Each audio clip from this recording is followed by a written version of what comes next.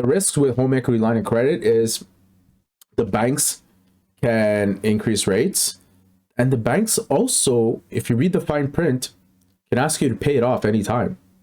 They won't, but they could. What's up, everybody? Welcome to the Bliss Life. My name is Jat. Today, I am going to start my first video, which is completely unrelated to Palantir. So if you're following me because you want to hear about Palantir, then this video may not be for you, or it could be. But today I'm going to be starting my new series called Chat with Jat. Sounded great when I said it, but I'm going to run with it. So Chat with Jat, it's just going to be a super informal video. I realized that, I have so many things I want to talk about and so little time to edit and do all of that. So I'm just going to wing it. It's going to be pretty much a freestyle. So I'm going to be rambling on about a variety of topics that I'm interested in talking about. And I think some of you could benefit from hearing my thoughts on these topics. So today, for the very first episode, I'm going to talk about good debt versus bad debt versus, super terrible debt that you really need to stay far away from. I feel like when I was in high school, in college, a lot of people would say like, oh, you need to stay away from debt. All debt is bad. Car loans are terrible. If you get a mortgage on a house, you should really try to pay it off as fast as possible. And, believe it or not, even after I graduated university and I worked with engineers, I would, occasionally chat with them and they would tell me like, yeah, I'm paying down my mortgage as fast as possible. And then I would always wonder, like, why though? Like, why are you in a rush to pay off debt? And now, like, when you think about it, I kind of realize that there's an idea or a misconception that debt is just generally bad, and you should try to pay off any debt you have as soon as possible, and you should try to avoid debt as much as possible. So I'm gonna break down what I think should be everybody's approach when going ahead and dealing with debt. And the number one thing is, like, what's in it for me? If you're incurring debt because you're buying an asset, so if you're buying a home, which is typically a conservative asset, which holds its value in normal situations, and it appreciates at like 1%, 2%, 3% in a normal world, that kind of debt, a mortgage debt, is considered good debt because A, you're living in it, B, it's giving you shelter, and C, when you do have to sell, most likely, if it's not, the end of the world, you would walk out by breaking even. So like a mortgage debt is definitely something that I wouldn't tell people to feel uncomfortable about and rush to pay unless you're over leveraged. And this happens in certain markets, like I live in Canada. So where I live, homes are not so expensive. But if you go into the GTA markets, the Ontario markets, homes are approaching $1 million plus easily in most markets, which is pretty crazy if you think about it. And if I was to crunch the numbers, look, I'm not going to crunch numbers. I have debt for like 600,000 right now, and my payments are 2,000 a month. 2,000 a month for about 600 grand for one of my properties. So if you just do times two, it's like 4 grand. Let's say it's like your mortgage payments are like 3,500 to 4,000 a month. If that payment is so big that you feel uncomfortable, like you start losing sleep over it, then that's bad debt. That's where I draw the line. Like, I don't think anyone should be entering any type of debt where they can't even afford the payments. So that is where I draw the line for mortgage debts. Then there's student debts. people sometimes really hesitate about student loans and student debts. And I really think if you're investing in yourself, 100% go after the student debt, take the student debt, focus on school, kill your grades, do super well, and then pay it off. But this also has a caveat. It only works if you're in a proper school program where you're going to come out and you're going to get a good job. So I'm not going to spend my time saying anything bad about certain passions, but if you're majoring in like history and you do a degree in history, the opportunities for you will be like super limited, and it's not going to be paying super well. So I would judge that debt as good debt. Student loan debt is good, but it's only good if you're doing it for something that's going to pay off. So I studied to become a CPA. So I did my bachelor's of commerce. Then I went straight into CPA school. And while I was working full time, going to CPA school, I had like little debt. I didn't take any government grants. I was actually dumb enough to say, looking back at it, I was so naive. When you're young, you have so many good ideals.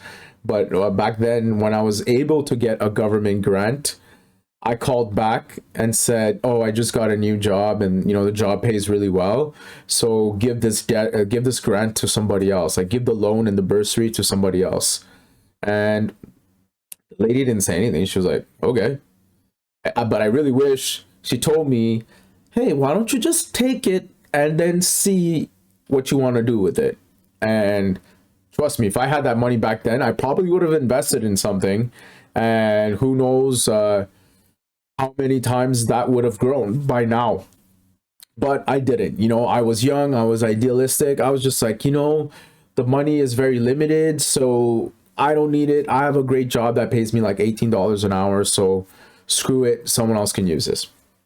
But anyways, when it comes to student debt, so I did my CPA, and then right after I did my MBA. Well, not right after. I worked for a few years, like 2-3 years, and then I did my MBA. So I hold 3 degrees. I hold my bachelor's of commerce, I hold my CPA, and I hold my MBA. And all 3 of these, I would say, has allowed me to really work in a supercharged role in my career, my professional career, but which also pays really well. And that would be good debt. I did borrow some money from TD Bank, their student line of credit at that time. I think it was something like 5-6%, and I paid that off. I didn't lose any sleep over it. And I would say, if you're going into school, if you're going to university, and you're going to get a loan from your government or from the bank, absolutely consider it. But you need to be all hands on deck. You can't be like, "Oh, I'm going to get the debt, and then I'm going to, mess around in school, skip classes, this, that, and the other." And if you don't make it to the finish line, and if you don't kill it, if you don't do a good job, then you're just going to be basic like everybody else. So that's super important. If you're in school, take advantage of that opportunity in school. Learn as much as you can. Pursue your own entrepreneurship, do whatever you want on the side, but take that opportunity you have at school to network, to learn, to improve yourself and walk out like a champ. That's what I pretty much made my whole school experience. I hate school. I hate school with a passion. I never wanted to be in school, and I never thought in my life that I would do my CPA, then my MBA, and be in school till like 27. But I did, and I did it because I took calculated risks, and I knew where I wanted to go in my career. I thought it would take me from here to there, and I went down that path. So if you're going to go into university, take on debt, whether if you're in the US or in Canada. Obviously in the US, the debt is so much more crazier. Whereas in Canada, it's a lot more generous because in Canada, the government subsidize your education to a certain extent, and some provinces do it more than the others. But in the US, I heard it's pretty crazy. But if you do well in school and if you come out alive and you do well in a professional program, you should be able to take care of that debt within 5 to 10 years, hopefully. And in Canada, I mean, if you go to a professional program and let's say you become a doctor, once you get to the other side, you're making 300-400 grand a year. Student debt is nothing. Like even if you have a $200,000 loan, you could easily pay that off in 5 years once you're clearing 300-400K. So that's the way I look at debt when it comes to student debt. I think student debt is fine as long as it's reasonable, as long as you have a target and you hit that target. Because if you don't hit that target, then forget about it. Then you're just wasting your time, you're wasting everybody's time, and the only person winning is the bank that's charging you interest on interest on interest. Now, what do I consider as another form of good debt? I think borrowing, and this is controversial, but borrowing money to invest in real estate, like a down payment. I think I've came up with all kinds of schemes to invest in real estate since my mid-20s. And a lot of people gave me shit for it, but I think it paid off. So one of the ways, okay, there's two ways. If you're in Canada, this would really apply to you.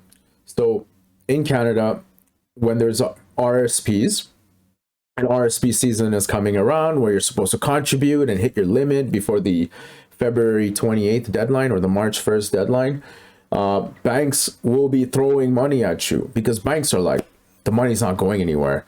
I'm going to lend this idiot 15-20 grand at 5%, and then it's going to sit in his RSP. So when banks lend you that money, they feel like it's a low risk loan because they're like, okay, I gave it to Jat, I gave him 20 grand, I'm charging him 5%, easy breezy, and he's going to leave 20 grand in his RSP. It's going to sit as a cash investment, or it's going to, maybe he might buy an ETF, you know, and they say, okay, it's blessed, you know, we're walking away, we're making some easy money off of Jat. But what Jat can turn around and do is say, okay, bless, I got 20 grand loan from the bank, right, for the RSP. I'm going to turn around and put that as a down payment for a house. So 20 grand, you know, if you're buying a house in Canada, depending on the markets, so if you can put up to 5%, if it's a personal home for yourself, you can put up to 5%. And I think that's up to the first 500 grand, if I'm not mistaken. I mean, I could check that out right now. But mortgage in Canada, 500K, 5% down payment.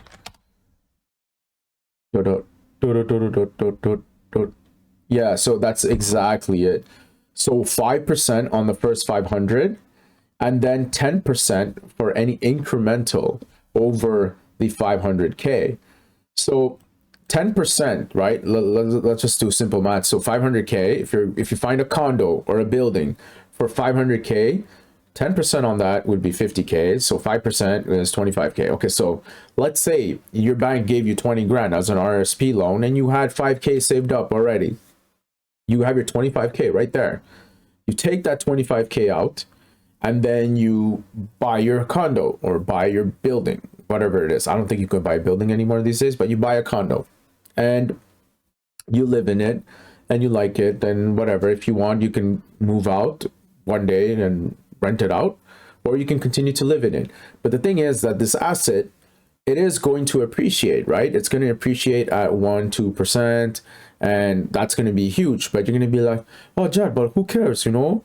1% on 500K is smaller than the 5% I'm paying on the RSP loan. But see, this is where you have to find that right balance, right? So 500K, right? You have a 500K home, 1% on that is 5 grand. Yeah, 5 grand. Yeah, if 10% is 50, 1%, yeah, 5 grand. So let's say it appreciates 1%. The home appreciates 1% every year. It probably doesn't. It's probably like 2%. So let's say 10 grand a year. It appreciates 10 grand a year. And then you have your 20K RSP loan that you're paying 5% a year. And 20K, 5%, that is $1,000 a year. So you're getting an appreciation of 10 grand on your 500K asset, and your interest is eating up. Your interest on your 20K loan is just is 1 grand a year. 5% is 1 grand, right? Yeah, one grand. So you're netting 9 grand a year off of that. So like that kind of debt. So all that to say is, if you're borrowing to invest in your RSP, and don't forget, you can just take that RSP investment. You don't have to buy a house. Houses don't always appreciate. It looks like it has, because in the last 10 years housing has been on a tear, but it's possible that we can enter a bear cycle and it doesn't appreciate and it depreciates. But typically, when you take calculated risks with debt, you could usually come out a winner. And it all depends on your risk tolerance. Like me, I'm super high risk because I'm young. I get paid really well. So I pretty much feel like I can do whatever I want. I can take those risks now rather than taking those risks when I'm 55 and I'm about to retire, or I might get sick or whatever, not trying to put that into the universe, but you know what I mean? So that's how I use debt to make investments. So, RSP loans, you can easily convert that to make it a down payment. And then obviously, as the years go on, you have to repay that down payment, that 20 grand that you took out for an RSP. But that would be negligible. Like whatever you're paying, it wouldn't hurt your pocket, Another way, and this is totally ridiculous, and I would say only do this if you have an appetite for risk, is at the time, there used to be so many credit cards that would give you 0% balance transfers. And I always took advantage of these 0% balance transfers. Over the years in university, I was able to build my credit up to like 40, 50 grand. So I was able to borrow like 40, 50 grand on balance transfers at 0% interest over 12 months. And what would I do? I would either buy stocks, buy REITs, buy stocks like speculative, buy REITs, which are also stocks, but they pay like 5% dividends, buy bank stocks, which were considered safe. Like Canadian banks are known to be resilient. And I would actually put it as a down payment on a condo development. And the way I would look out is like, okay, I have mortgage A, I have mortgage B. By what time would I be able to qualify for a mortgage C? And I think, okay, maybe 4 years, 3 years down the line, I can qualify for mortgage C. So what do? I just say, okay, let's take this money, let's go use it as a down payment. And then I put that down, lock it in. So I lock in a condo price at a fixed price. And then 4 years down the line, the value of that condo technically should be higher, assuming that the market hasn't crashed or the world hasn't ended. And when it comes to me having to repay that 50K loan, I would just refinance one of my properties and pay it off. So it's just, one bank lending money to me for me to take and reinvest, and then another bank refinancing to pay off that. This is how I use debt to work for me. And this is how I've accumulated assets over my life, and I mean, over my short life, I'm only, I'm in my early 30s, but I've been able to do that because I've taken these calculated risks with debt. And if I was afraid of debt, I would have never done any of these things. And I might be like so many others who are kind of in the rat race today, trying to save up a down payment to buy their first property, but they can't because their first property already got away from them. Like it's a sad situation, but the demand for real estate, the demand for investment properties, the demand for homes is super high. And I think what COVID did is COVID really amplified people's entrepreneurship spirit. Whether it's entrepreneurship, which kind of can be passive through real estate, and by having a management company, or buying real estate and managing it themselves, or starting a small business, whatever it might be. COVID really forced people or opened people's eyes to how vulnerable they were, to getting laid off and suddenly losing all sources of income. Like myself, I have multiplied my streams of income that I don't have to entirely rely on my employment income to survive. If I really want, I can hunker down and I can live off of everything my investments are paying me. For how long, I don't know, but definitely for quite some time, as long as I keep it a low profile. And I do have a low profile life. I don't like to, I'm not about bottle popping. I'm not about going out and doing things. I might go have a few dinners with my close buddies here and there, but I'm not a big spender. So where was I? I kind of lost myself. But yeah, so that's I think that's why housing is so expensive in Canada, because everybody is either rushing to buy a house. Everyone's trying to be an investor, either it's passive or active.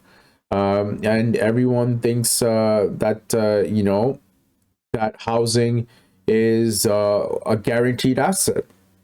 And the truth is, I think housing in Canada, I don't know how much of a problem it is in the US. I know US properties are also getting expensive, but housing in Canada it's gone to the point that there's just so much demand and not enough supply that pricing is always going to be high. But the sad part is, I think the buyers now, as the prices get higher and higher, the only buyers that are buying and selling are those who have like real old money from real estate, or those that are very successful and have a lot of cash. Because even myself, like when I tried to go close a deal, I bought a property for like around 750K. It was like fighting tooth and nail. Like, I mean, I don't even know if that expression was right, but it was like super hard to clear it. And the income that I showed was like, low to mid six figures, so the bank either didn't feel comfortable because our market is slow in Montreal. I guess it is slow in Montreal compared to the rest of Canada, but all that to say is like it was super hard. And what the bank did was, to protect themselves, they said you need to pay off every single thing you have. You need to close all these accounts, and then your ratios would look better. And I don't blame them. Banks have different risk profiles, like rental properties. Some banks don't even consider rental income at 100%. They only consider it at 50%, but then they consider the debt at a full 100%. So banks have different ways of protecting themselves. So it's not as easy as people make it sound. Like I personally, anyways, had such a hard time, and I was blown away by how hard it was to get a mortgage for that last property I bought. So all that to say, yeah. So that story, I've lost you guys, but that story where I used the down payment to buy a house and then I settled it with the refi, that property now, I don't even get it, but apparently it's up. Like I technically have an unrealized gain of like 150 to 200K, and that was all because I was comfortable going and taking a balance transfer and turning around and saying, yo, put it on a down payment. If I didn't do that, maybe I would have never bought it, or maybe I would have had to wait many years. But this is how I kind of work with debt. I don't look at debt as an enemy. I look at debt as an instrument, as a tool. And the one thing that's always on my mind when I'm getting into debt is can I handle it? Like, can I really handle it? Because if you can't handle it, don't do it. Don't do it. If you can't handle it mentally, if you can't handle it with your income, then don't get involved in debt. You know, you should start small. You know, obviously, if buying a house could be a huge purchase, but a house is a house, and I don't think that's a high risk investment unless you're walking into a money pit and you know it's gonna break down any second. But I would never consider debt as something you need to run away from. So, having said that, what do you need to run away from? Ah, what do you need to run away from? I would say debt to buy cars is something you need to think about. I wouldn't say run away, but I would say think about it. And think about it in the sense that A, do you really need the car? Like, if you need it for work, if you need it to get you from point A to point B, because you're going to go see your girl, or you're going to go see your family, your friends, your work, then okay, it makes sense. If it's going to make you happy, you know, it's key. Whatever you do with your money, at the end of the day, it needs to make you happy. Okay, check. B, is this car a money pit? There are so many times that I've seen people, I'll never forget it. I remember when I was 18, okay? When I was 18, I was working at the bank, and I had a coworker. Mind you, we were 18 years old, 18, 19. And, you know, everybody had fantasies and dreams. That's when you're young and stupid and you want to buy something nice, something cool. You think a car can, you know, prop your status up and help you, you know, be that cool guy, you know, that can pick up all the girls and go out and have a good time. So I had a friend, he bought a BMW 5 Series, and he bought it for about 30 grand. So it was used, obviously, but he bought it for 30 grand. And his payments, and you know, when you buy it from like a car dealership, not like the principal car dealership, not like the original BMW or, you know, the big ones, but I'm talking about the car dealerships, like the resellers that, you know, buy, fix up cars.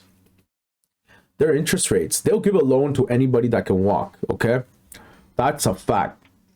That's why often they advertise like, oh yeah, you know, you know, first fail, second fail, third, I don't know what the hell they say, but they say something like if you declare bankruptcy already or you've gotten rejected 1, 2, 3 times, we'll still give you the money. Those guys, they're gonna fleece you. They're gonna take you for every cent you have. And I remember my buddy then was telling me that he was paying $800 every 2 weeks. And I was just like, say a word, $800. And I'm like, he was working full time. So I think at that time, like, I was clearly underpaid because I didn't know how much the job was worth. I was just happy to get a job at the bank. But I think it was making like 18 bucks an hour. So 18 bucks an hour, he was working 40 hours a week. He was making $720. So after working 2 weeks, he was making like 1,400.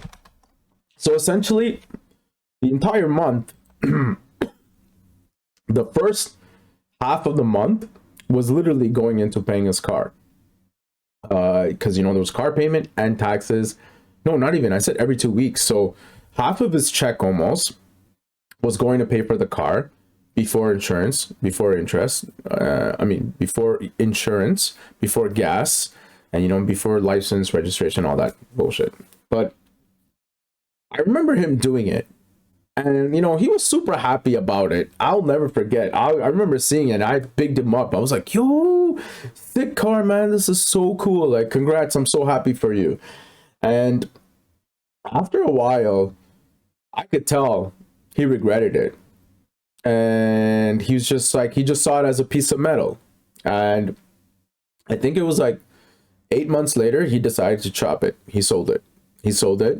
Maybe he took a small L on it. I don't know. It's none of my business, but he sold it though. He sold it. And he told me, he's like, yo, man, I was literally coming to work to pay for that shit. He's like, I was tired of it, you know? And the thing is, and this is the other thing, when you start flexing a lifestyle and you start moving towards a different type of financial lane where you're a baller, expectations are high, man. Like really high. So like if you have a nice car, you're picking up, a cute girl and her friends, and then you go out to a restaurant, you're probably taking the bill. If you go out clubbing, you're probably taking the entry fee. If you're popping bottles, you're probably paying for the bottles, because you just set yourself this kind of expectation, and you somehow end up surrounded in a crowd like that, and I can't really fuck with that. So I'm really of the opinion that stealth is wealth. Nobody needs to know what the fuck I'm doing. Nobody needs to know what I'm about, how much I'm worth, what am I buying, investing, how much I hold of what share. Like, you don't need to know. So that's the way I am. And I think that works for me, because if not, people are just going to be like, people are just going to always judge you or something. I feel like people will judge you just naturally.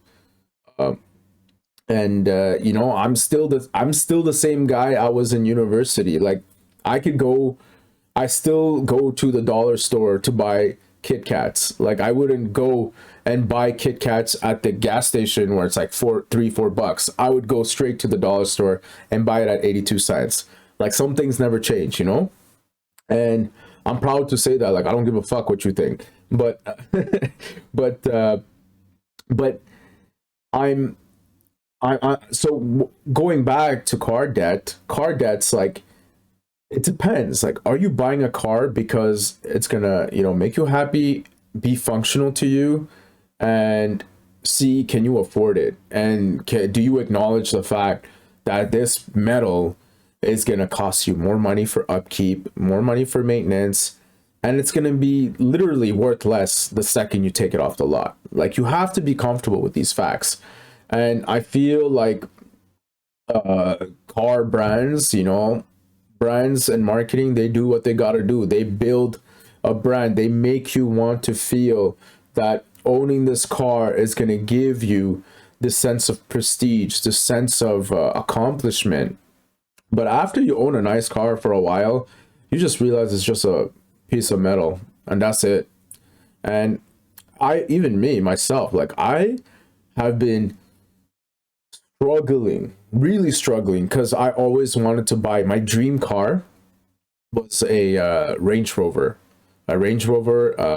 Sport.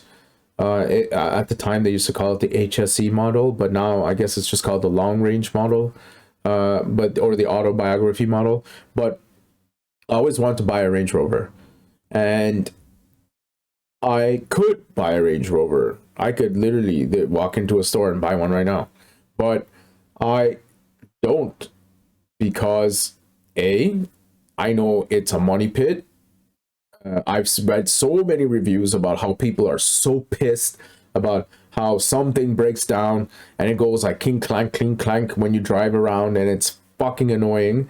And I would be super pissed if I'm paying using my hard-earned money to buy or finance a Range Rover, and the depreciation on these vehicles just make absolutely no sense, like no sense at all.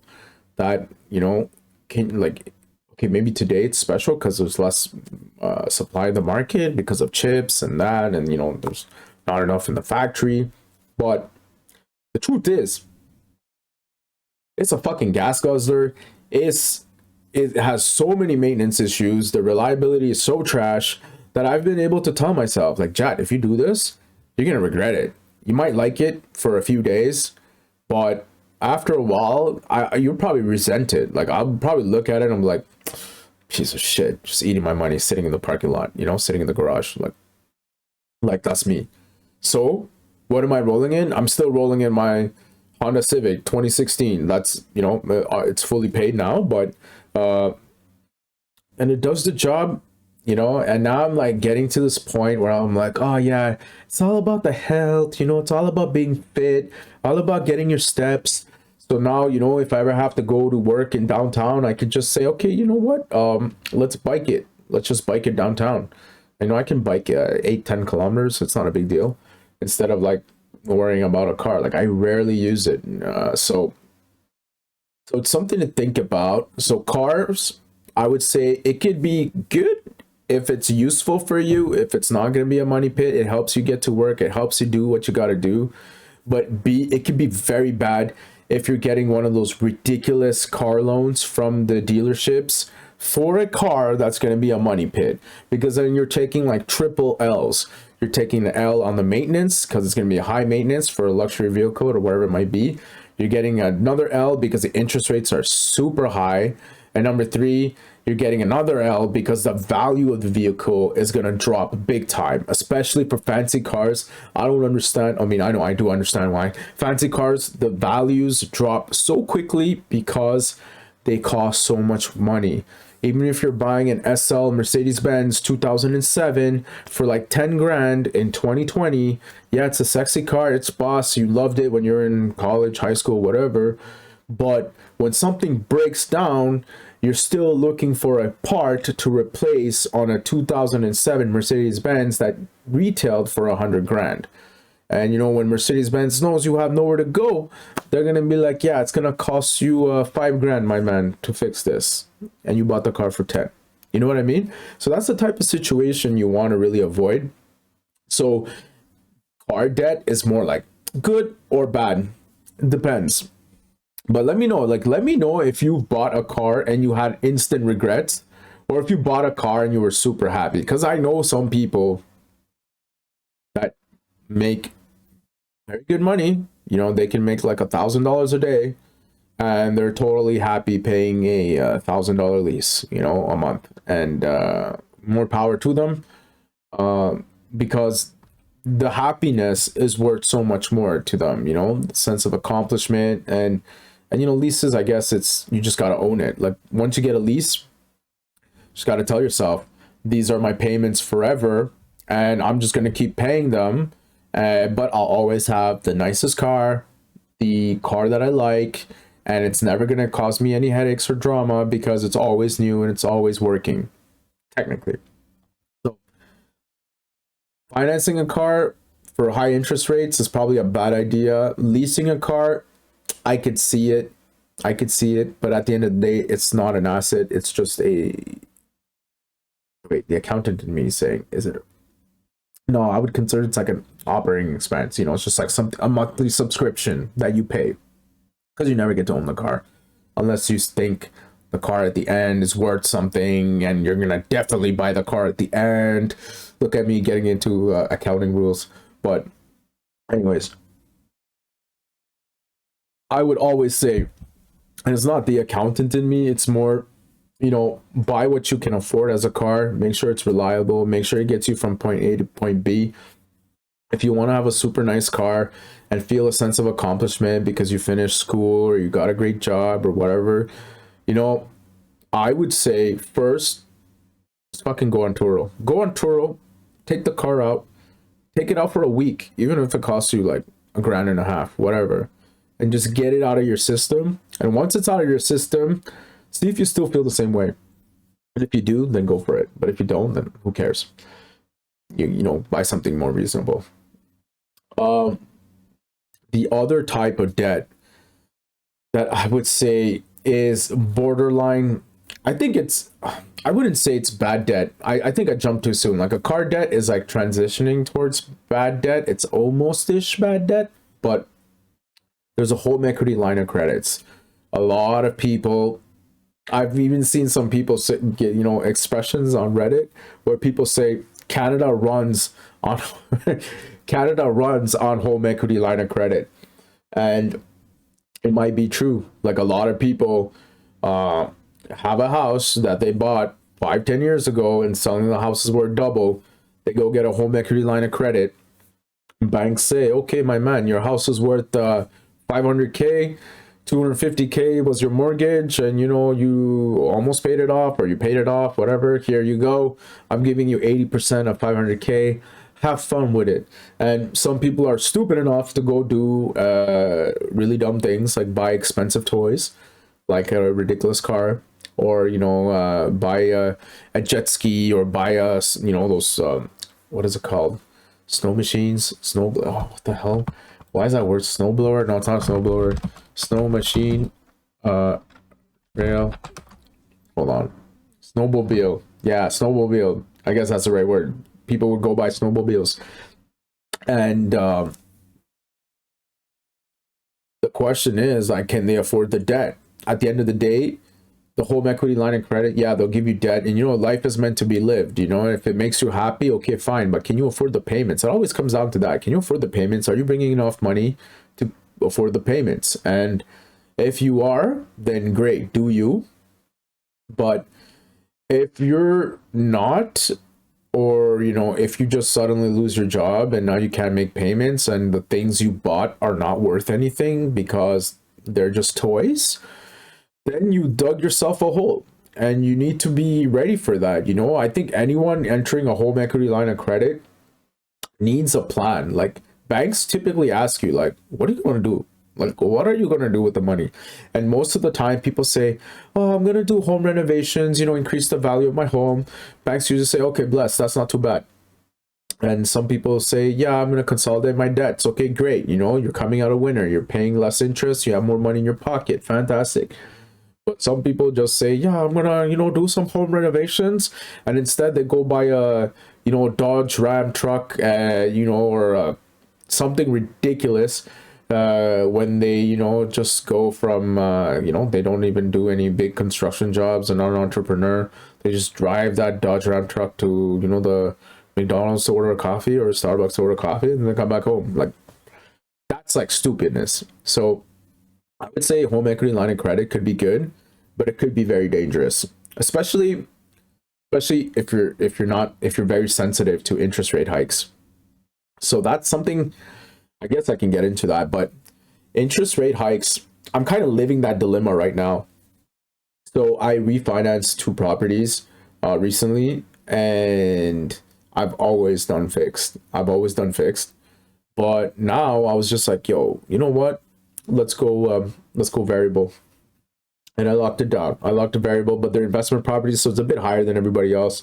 Like, if you're buying a personal house with a variable interest rate, you probably in the last 6 months got a very good rate, like from like 1.2 to 1.5. But because it's investment properties, I got a bit of a higher rate, like a 1.8, and I had the option to lock down a fix. But the fix was, I think, 0.5 or 0.75 higher. So it was like 2.5 or 2.75. I don't remember exactly. But I remember weighing the risks, and I was like, okay, I have 2 things. A, my monthly payments aren't going to change if the rates go up. Okay. So I know my rental income, so I know that even if payments go up, even if interest rates go up, my payments are not going to change unless interest rates go up like big time and you cross a trigger point. Every mortgage contract that's variable, they do have a trigger point. So I think that trigger point would ultimately be when you're not, when your mortgage payment is literally not paying any principal and you're just paying interest. At that point, you cross the mark, and then the bank will call you up and say, okay, you know what, you need to start paying more so that you can pay down your principal, or that you can pay more interest, because the rates have went up so much that your payments just won't cut it. So where I stand, I'm like, okay, I have my variable interest rates. History has shown, I think there was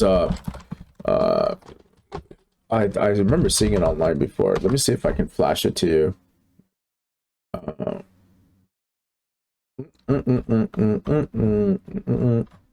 I didn't find it yet, but there's like I remember seeing a chart before where they said you would come out a winner if you did variable or fixed, and it would say, like, it gave you a case of when you won and when you wouldn't have won. So I guess this is good. 25-year average. Okay, so okay, this chart is interesting. Okay, let me flip this up for you. Hold up. Okay, cool. So we got this. So this is from CMLS Financial, and they said their sources from the Canada Mortgage and Housing Corporation. That's Canada's division that, that it's Canada's division that kind of gives mortgage insurances to the banks. So in this chart, what they're showing is like, okay, let's look back from 1995 to 2020. So we're talking about 25 years. And this gray line here, that's fixed. This line here is variable. So typically, let's say you were always somebody who's like, oh, I'm always going to go variable. I don't care about fixed rates. If you were that guy, you were technically always rolling at a variable rate, and it was always favorable. Sometimes the spread between variable and fixed at that time was huge, ridiculous, and sometimes it was right there. Over here, you see this little mark in 1999. Variable was higher than fixed. Didn't last long, and didn't last long. So, in most cases, it was always a variable that came out as a winner. But this is in 1995. I know before 1995, rates were big time messed up, and people got caught off guard with that. Let me see if I can find the history of that. Canada Life, that's an insurance company. Now I have to find it because I need to get closure. I just need it. I need that closure. Okay, what's this? I mean, maybe it's this. Okay, cool. This is what I'm talking about. Okay. So I don't know, super brokers, I don't know how reliable these numbers are, but let's just look. From 1975, okay? 1975, what was the best rate? Variable. Okay, so it was always variable. Fixed came out good here in 79 by a small margin. Fixed came out good here by 1%. Fixed came out good here by 1.2, by 0.7. And yeah, so it was always variable. And the thing is, variable or fixed, like, it also comes down to you. Like, how tolerant are you, right? So if you're the type who's always like, okay, well, I want to be sure that my payments are always fixed. I don't want any surprises. I can't even tolerate waiting till a trigger rate happens. I just need to have the peace of mind. Then you'd say, okay, go for a fixed mortgage. Your peace of mind comes through the fact that you're paying a bit more, but you have a fixed rate. But historically, it has shown that variable has been good. And it's very well possible that people who locked down really good fixed rates, like a few months ago or a few quarters ago at like low 2%, maybe they might come out winners over the 5-year period, right? Because let's say I'm rolling at like a 1.7 and I could have locked it at 2.5. I'm technically 3 hikes away of 0.25 points to get to the fixed. So if there's 3 hikes that happen like in the next 3 months, then I'm technically in a loss position versus someone who locked a fix at 2.5. So these are things that, some people think about, but I think it's especially important for anyone signing a home equity line of credit.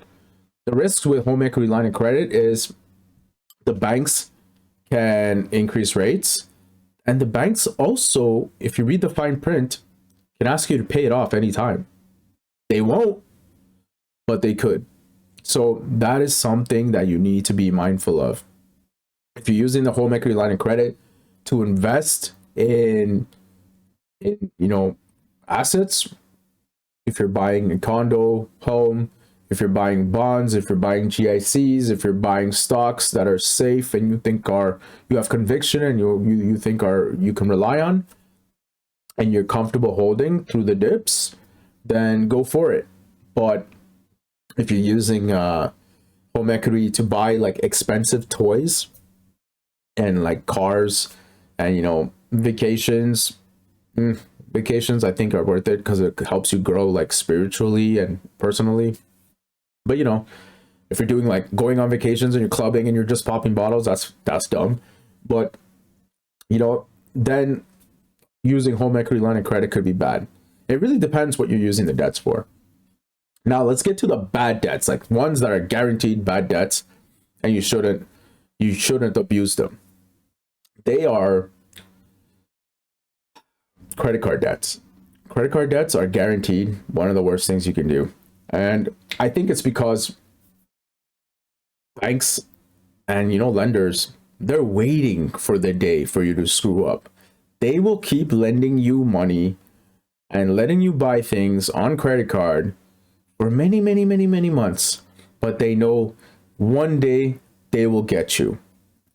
They will get you because you forgot to make a payment, you were out of town, for whatever reason, your regular checking account got drawn out for investments, this, that, and the other, and then your credit card payment tried to go through and it didn't, so it bounced, and then you have 20% interest.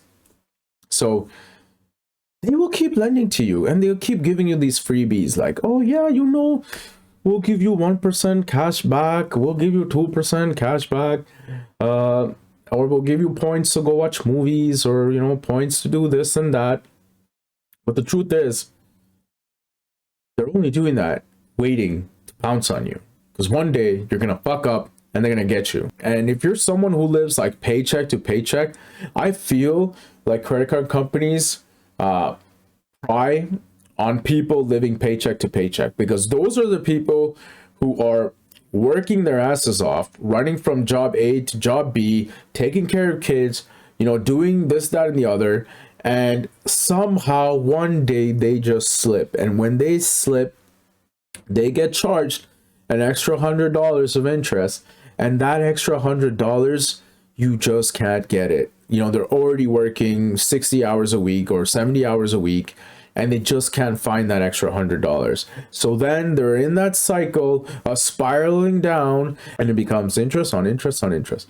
So credit card debt is something that I would stay away from. If you're young, like if you're 18 and you just got your first credit card, use it to like buy McDonald's, like buy a coffee here and there, pay it off.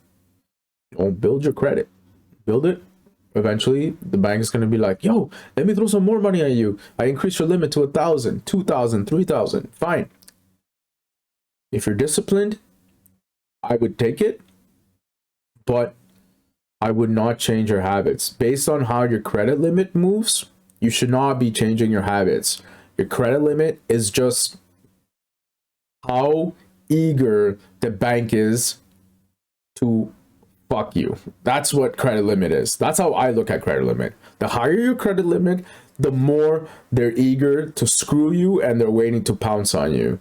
And I say this because when you're young, you're really I would say you could be easily influenced, you're easily reckless, you could easily get caught up in something, and you would spend the money on your credit card like it's a free ATM. But at the end of the day, when that 20% interest starts kicking in, that's when you're really gonna struggle, and you try to climb yourself out. And it's super hard.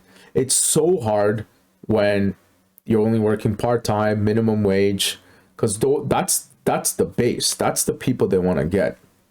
And it's not so bad if you're successful and you're making like $5,000 every 2 weeks. Then you don't care. You could pay something off and it's done. But if you're someone who only makes like $600 every 2 weeks or every week because you're working 30 hours here and collecting tips, and you're hitting that cap, you got to be very careful with your credit cards and how you spend it.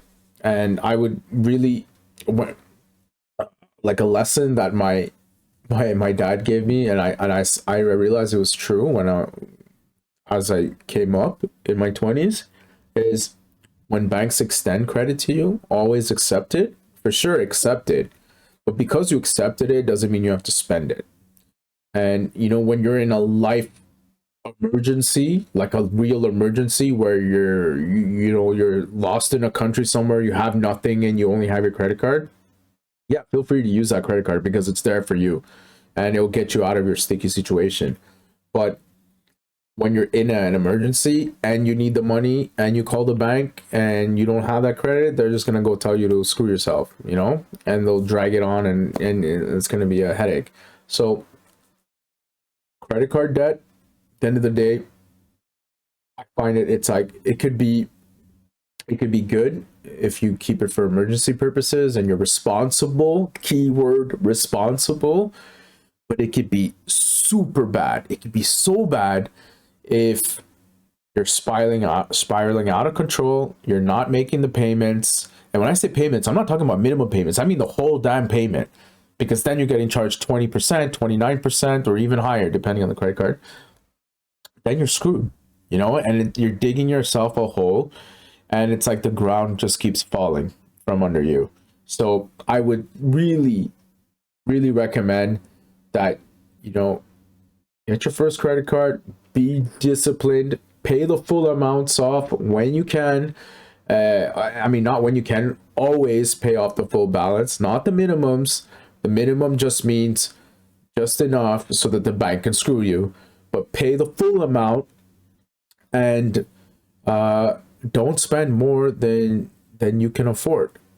This is so key, especially when you're young and wild. So key. Now, what are some other bad debts? Payday loans. Oh my God. Not even payday loans. Just like, third party companies that give loans. It's not a bank. It's not your credit card. It's not like MasterCard or BMO or whatever. Because sometimes they offer 0% interest, which could be cool to consolidate debts. But I'm talking about these random companies that specialize in giving personal loans. And their rates are ridiculous. I think they lure you in at like 3%, and then the rates they actually offer you can be like 30-45%. And I am just blown away by how they could do that, like how they can take advantage of people who really need money. And when they're in a situation, and they'll say, okay, well, look, this is what we're going to do. You have a job? Okay, great. Give us your bank account information. Check. Now we're going to give you this loan. We're going to give you $5,000, whatever amount you need. And you're going to pay it over 5 years. And you're going to pay it as a minimum payment that's going to be scraped out of your bank account on every paycheck day. And we're going to take out $100. Something like that. And you at the time might be like, oh, okay, $100 a week, not so bad. But then you realize, oh my God, in 1 year, I paid these guys $5,000 already. Then you realize, oh my God, I paid these guys $5,000, and it's ridiculous. But you signed a 5-year deal to keep doing that, to pay them $100. This is like a hypothetical example I'm making up, but you know what I mean. So every 2 weeks, $100. They'll get their $5,000 back that they loaned you in like year 2, but then in year 3, 4, 5, you're paying crazy interest. And maybe I'm lying. Maybe the way they set up the payment plan is they get their interest up front and then they pay down the principal like a mortgage. But all that to say, like, that is bad debt. Stay far away from it. Don't ever do that. Before you even get to that point, consider asking your friends, family for money to borrow from them at like a reasonable rate, like 5 to 10% or something. And I'm sure a lot of people will help you out, but do not go to those pay loan companies that give ridiculous loans at ridiculous rates. I am blown away that these companies are in business, but they're in business because they can get away with it and they can charge it, and it's good money. But I think it's like borderline predatory, and I don't think it's fair. I don't think it's good for the consumer. If I had to come up with some kind of regulation I would definitely say that to protect the consumer, I would definitely say that these rates can be more than 20%. Can be more than credit card companies, for sure, for starters. And the loans have to be paid off within 2 years. Yeah, something that's stupid like that. So that way, when you're outlining the loan amounts, the person who's about to borrow can say, "Holy, I can't pay this much every week," and then they would back away. And when they back away, that means these lending companies will lower their rates and try to offer something more reasonable. I think it's totally unfair that the rates are that high. So that's that. So this is like my first chat with chat series. I think debt, don't get me wrong, debt is not bad. Debt can be super useful if you use it properly. You use it to acquire assets. Uh, and wait, I do have a bonus debt situation. And this one, I mean, if you invest in stocks, then you already know. But this one is really borrowing to invest and borrowing from the banks. So borrowing from your broker on margin to invest in stocks. This is a situation. Should you do it?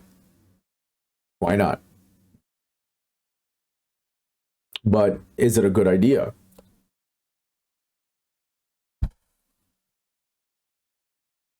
I mean, everything's always a good idea in hindsight if you win, right? So let's say you borrow on margin to invest in something. Are you investing in something because it is a well-known, proven, reputable company and it doesn't have a lot of volatility, and it's reliable and it pays a reliable dividend? They call it the dividend aristocrat, I think is a word, where the company has been paying dividends for like the last 20 years and it's always been going up year over year. Like if you're going to invest in that kind of company with margin, and your brokerage margin rate is something like 4%, and the dividend that the company's paying because of due to market volatility is like 5 or 6 for whatever reason, maybe it's worth considering. But if you're borrowing on margin because you're investing in a speculative stock or you want to short a stock, then you got to ask yourself, am I ready to get smacked in the face and put more money in like this? It can literally happen overnight. It can literally happen overnight. Like we can look at Palantir, one of my favorite companies that I think is going to dominate. Palantir is down like something ridiculous, like since September. Okay, Palantir stock. So since let's just say last 6 months, yeah, since August, stock is down 60%. 60%. That is disgusting. 60%. So let's say you bought a stock like Palantir on margin and the bank lent you money or the broker lent you money and you're down 60%. As you're going down, the bank is going to start getting uncomfortable with how much money they lent you. So I don't know how to paint this picture properly, but let's say you bought 100 grand of Palantir and the bank gave you 50 grand to buy it. So they lent you 50 grand. But now let's say Palantir's down 50%. And now the stock is worth 50 grand. Then the bank's going to be like, hold up, wait a minute. I lent you 50 grand to buy the stock and the stock is now worth 50 grand. So what's going to happen? The bank's going to be like, put up the 25 grand right now. Put up the 25 grand or I'm going to sell all your shit to get my 50 grand back because I don't trust what you invested in. You're a clown. You know what I mean? So in those type of situations, when you're borrowing on a margin from the bank, you got to be ready for that type of heat. you gotta have 25 grand ready to go. You gotta have that money to put in your margin account to avoid having a margin call and essentially taking a 50% loss on paper that's confirmed, you know? So I would say in using margin is not for everyone. If you don't have money, don't even fucking do it. Don't even think about it. If you don't have money, if you're not someone who's like making like, you know, a few thousands every week, don't even think about it. Like, forget about it. You know, because it's essentially gambling with other people's money. And the bank doesn't play. The bank will sell all your shit to get its money back. So you don't want to do that. Don't get caught up in that. I would say if you think you're doing it in a calculated manner, you know, stocks that are super reliable, that are not going to fluctuate like this every day, then maybe consider it. But don't go all in with margin, because you know, we don't know how long this cycle is going to last. You know, the markets today, with the whole Russia Ukraine situation, the whole interest hike situation, we don't know what direction the markets are going to go in. And all things point to a bearish cycle. Things are cooling off. And at a certain time, people were just so optimistic, like the party's going to go on forever. And then people started becoming scared, and then every little news just created so much volatility in the markets. But now I think we're deep in it. Now everybody's confirmed, like, oh, inflation is running hot. Rates are going to go up. And if rates are going to go up, I'm going to explain this in my YouTube short, but if rates are going to go up, interest rates, if they're going to go up, what this means is that investors now have a choice with their money. Should they invest in equity, or should they invest in like risk-free bonds? So if rates go up, then governments are going to issue bonds saying, oh yeah, I'll pay you 3%. Well, US government's bonds are considered risk-free because US prints US dollars. But if the US government says, yeah, I'm going to pay you 3%, buy my bond, and then you have a choice looking at an equity stock, and you're not even sure if the equity stock is going to make 3% or if it's going to make 5%, you might just pivot your dollars towards the bonds. And as you pivot your money towards bonds, that means demand for stock, demand for equities, especially speculative ones, which are high growth, which have usually typical high earning multiples and stuff. The demand for high growth stocks is going to drop. And if demand is low and then supply is still high, then the only way this meets is like if the price comes down. Then when the price comes down, the demand kind of goes up, and then they kind of like meet in the middle. So did I say the price goes down? Yeah, the price goes down. So I don't know if I did this hand thing properly, but like there's a shitload of supply. Just look at it like that, shitload of supply, and there's really this much demand. Then the supply just has to keep coming down until it meets enough price. The price drops enough that the demand increases to go and eat the supply. Like I don't know if I explained it clearly, but that's how I see it. And because of that, there's the other thing. Now, when you take into account this rationale, the returns on investments have to be so much higher now for you to justify going away from bonds to invest. That means future earnings, future cash flows, all of that gets discounted at a higher rate to today's dollars, because something in the future is worth something today, and to get that future value to today's value, you have to discount back using a rate, and that discount rate goes higher and higher as the stock is more riskier, as the risk-free rate, so the rate on the bonds become higher, the discount rate goes up. So all that to say is that money earnings from a company in the future is worth less today because the discount rate is higher. So then that means the company has like a lower value today. So I just went on a rant. I'm sure I lost many of you, but I'll get into a deep dive on that later. But that's that all of that said, margin is a big game to play. People have normalized margin because of apps that are super accessible to anybody, but margin calls are very scary.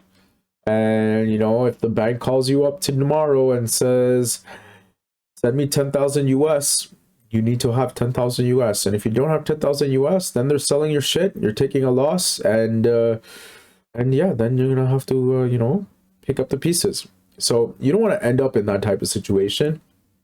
And I've lived a margin. I lived through a margin call. It was last year, where I had no idea, because I don't really follow stocks day to day, and I had no idea that it was like around February 2021, and I passed my limit, and I needed to put like 2 grand into the account, and I had no idea because I was so busy doing a renovation, and I was just busy with that. And then I got a letter at home, and it said, "Dude, put money into the account." And I was like, "Oh snap!" And then I dropped it. I dropped the cash, and I was good. But I could just imagine people who borrow like huge amounts of money, and suddenly it's like, "Oh, send me 20 grand, send me 25, send me 50 grand cash," just like this. And for most people, it's not practical to arrange so quickly. So you're going to be taking an L, and it's not worth it. It's totally not worth it. I would never do it. I would never do it unless I was ready to do it and I had the cash laying around, is what I mean. So now I'm going to wrap up the series. So today was episode 1. I've actually rambled on for 1 hour. I impress myself sometimes. My voice is a little bit raspy because I've been fighting a little cold here. But I'm so excited that I got this out of the way. Clearly, I have a lot to say, a lot to think about. And, if you have any comments, or if you want to say something, and if you think what I said is stupid, then feel free to drop a comment below. Let me know. And, all feedback is good feedback. So I appreciate you. Thank you so much for listening. And I'll see you on the next one. Peace.